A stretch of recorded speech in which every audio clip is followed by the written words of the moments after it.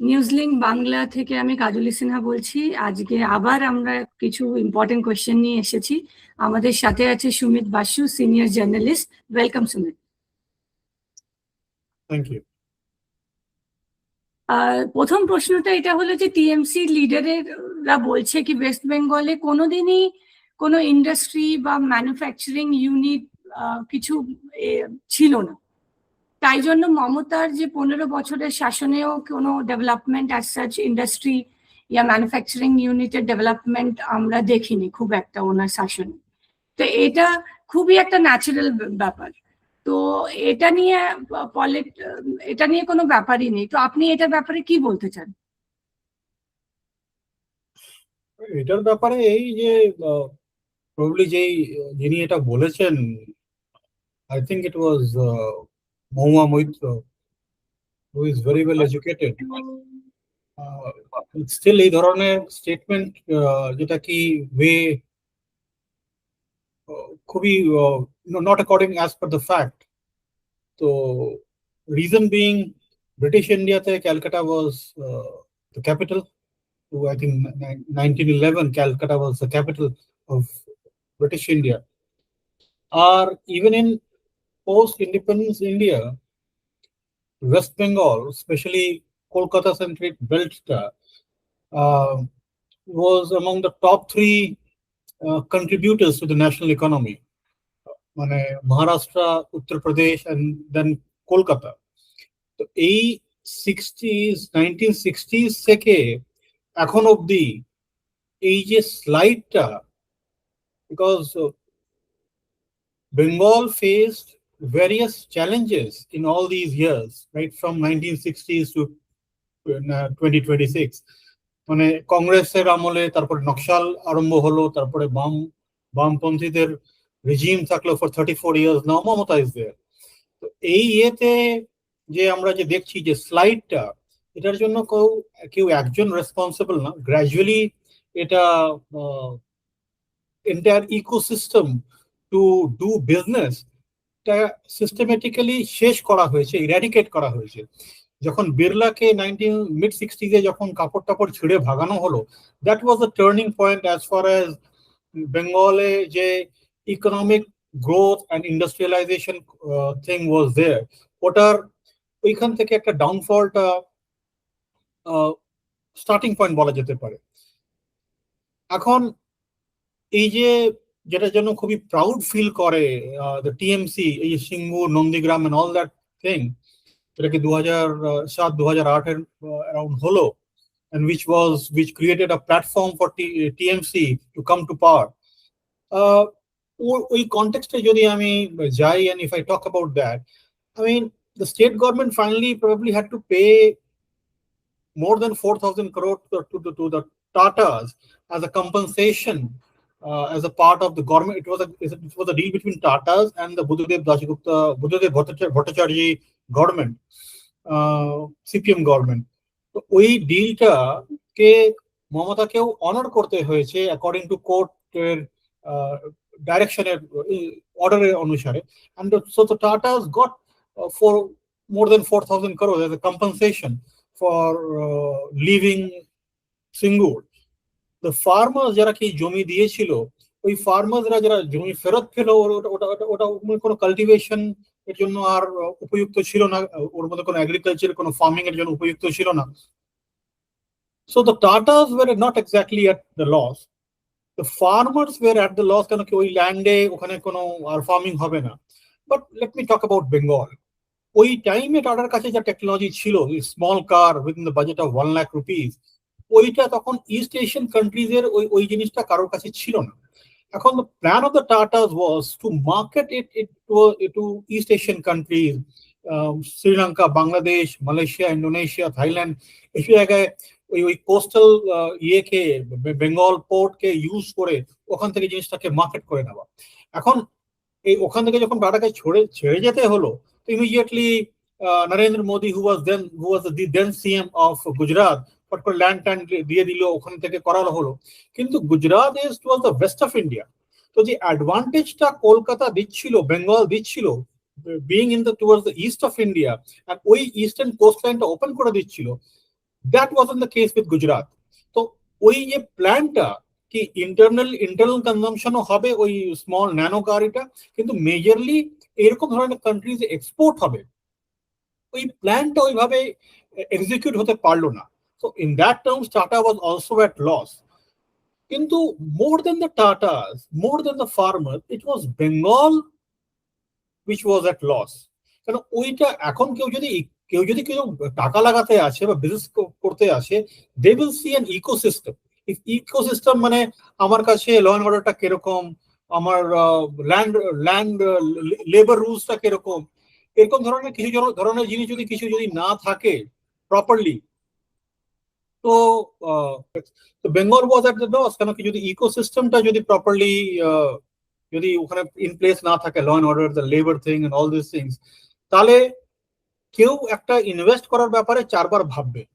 কেন কি ওরা ইনভেস্টমেন্টটা স্মল অ্যামাউন্ট তো হয় না, ইনভেস্টমেন্টে অনেক বিগ অ্যামাউন্ট ইনভলভ থাকে। তো এই জন্য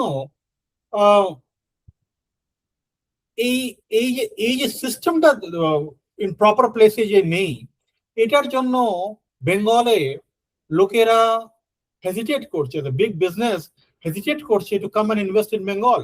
এখন আজকের ডেটে the global connectivity centre, GCC, এইটা একটা, আগে তো যেমন গ্লোবাল আউটসোর্সিং সেন্টার যেমন ছিল, এখন ওইটার জায়গায় এখন জিসিসি ব্যাপারটা এসে গেছে। এখন এই যে তিনটা metro, Delhi NCR region, Mumbai আর চেন্নাই, এই তিনটা মেট্রোতে যথেষ্ট জিসিসি সেন্টার খুলে গেছে, প্রায় 1900 সেন্টার এখানে ইন্ডিয়াতে অপারেট করছে।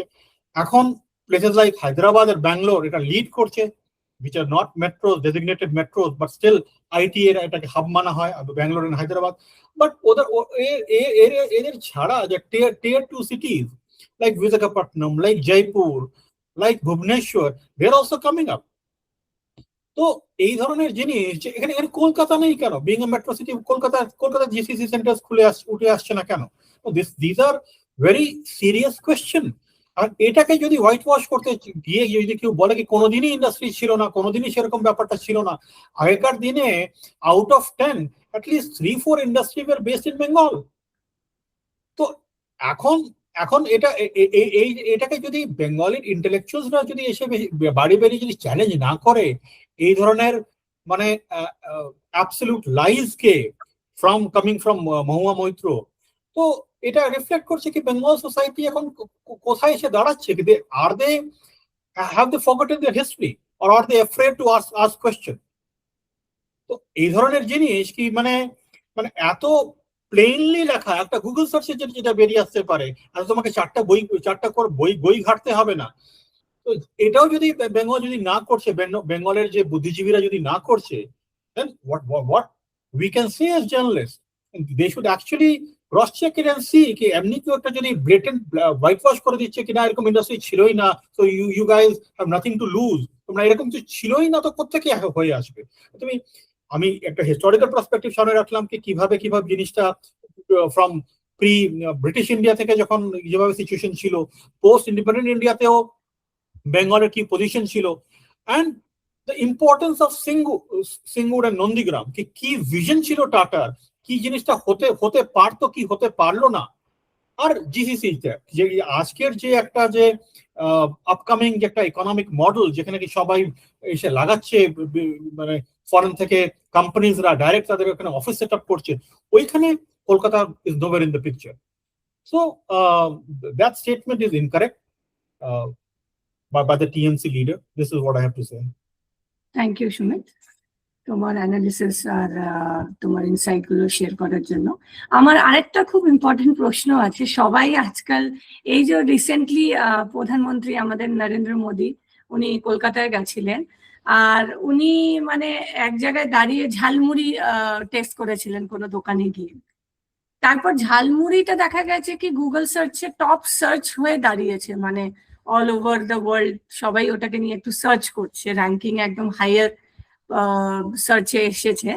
তো এটা আমি বলতে চাই বেঙ্গল পলিটিক্সও খুব গরম হয়ে গেছে এই ঝালমুড়ির টপিক নিয়ে। তো এটার উপরে আপনি কিছু যদি বলতে চান। পলিটিক্স অপটিক্স অনেক ম্যাটার করে। এখন একটা নেগেটিভ টিএমসি সেট করতে গেছিল কি বিজেপি চলে আসলে মাছ ভাত খেতে দেবে না।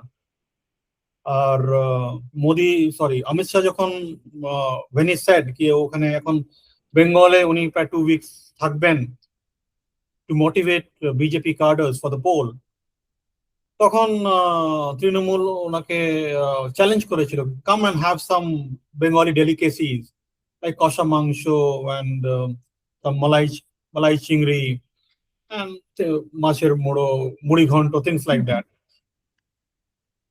এখন Modi has taken it to a different level. Jhalmuri, which is identified by the basic grassroots people, the masses of Bengal. এটা কি হাঁটতে চলতে কেউ একটা পাট করে একটা ঝালমুড়ি জিনিসটা খেয়ে নেয়, which is very different from what usually one gets in UP, Bihar or northern India. ওদের কাছে closest to jhalmuri is probably Bhunja or Bhelpuri. So Jhalmuri has a uniqueness, which is that uniqueness belongs to Bengal. ওইখানে গিয়ে যখন উনি, of course it was an optic, 10 টাকা বার করে প্রধানমন্ত্রী মোদী ওই শপকিপারকে দিচ্ছেন যে কি মুড়ি মেখে দিচ্ছে, of course there was camera as well. তো কিছুদিন আগে মমতা ব্যানার্জিও গেছিলেন মোমোজ বানাতে, and she also went with her crew and with the cameras and everything, and it was recorded. তো এখন তারপরে এখন ঝালমুড়ির ব্যাপারে মমতা ব্যানার্জি উনি গরম গরম বলেছেন, এটা সব ক্যামেরা নিয়ে গেছে, সিকিউরিটি ফোর্সেসরা এই ক্যামেরা ফিট করে দিয়েছে, দোকানের ভেতরে কি করে ক্যামেরা লাগলো, এরকম কিছু লাগলো। হার anger comes from a point যেখানে কি এই অপটিক্সটা মোদি আগে কি করে ভাবলো, আমি আগে কি করে ভাবলাম না। I should have thought before hand. কেন এখন যে ক্যাম্পেন স্টাইল যেটা মমতা ব্যানার্জি করে এসছেন এই ইলেকশনে, অ্যাসেম্বলি ইলেকশনে, একটা স্টেজের উপর চড়ে এই পাশ থেকে ওই পাশ উনি একটা ফাস্ট পেসে হেঁটে বেড়ান আর কিছু বক্তৃতা দিয়ে বেড়ান। লাস্ট অ্যাসেম্বলি ইলেকশনে ওনার পায়ে ব্যথা লেগেছিল, ওই প্লাস্টার চড়িয়ে নিয়েছিলেন, ফ্র্যাকচার ছিল কি ছিল না দ্যাট ইজ ডিবেটেবল। ওই ফ্র্যাকচার্ড পা নিয়ে উনি ক্যাম্পেইন করেছিলেন, তো দ্যাট প্রবাবলি হ্যাড আর ইমোশনাল কানেক্টিভিটি, দিদি ব্যথা পেয়েছেন। এখন ওই জিনিসটাকে রিপিট করা যেতে পারে না, আবার একটা পায়ের জায়গা মাথা ভাঙা করা যেতে পারে না, তাহলে মানে খুবই ক্লোজ কোইন্সিডেন্স হয়ে যাবে, ওটা ওরকম ট্রাকশন নাও পেতে পারে।